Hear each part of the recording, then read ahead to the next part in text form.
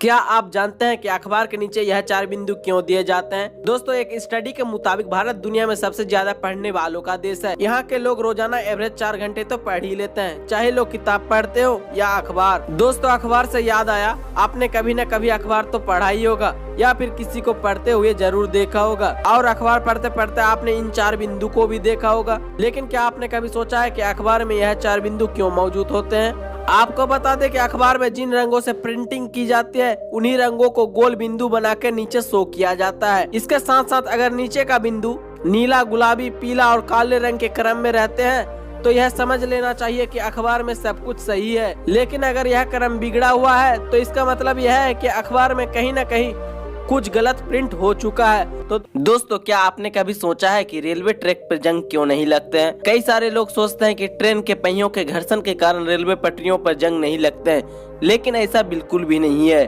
तो सबसे पहले आपको बता दें कि लोहे में जंग क्यों लगते हैं। दरअसल जब लोहे से बने सामान नमी वाले हवा में ऑक्सीजन से संपर्क करते हैं तो लोहे पर भूरे रंग की आयरन ऑक्साइड की परत जम जाती है।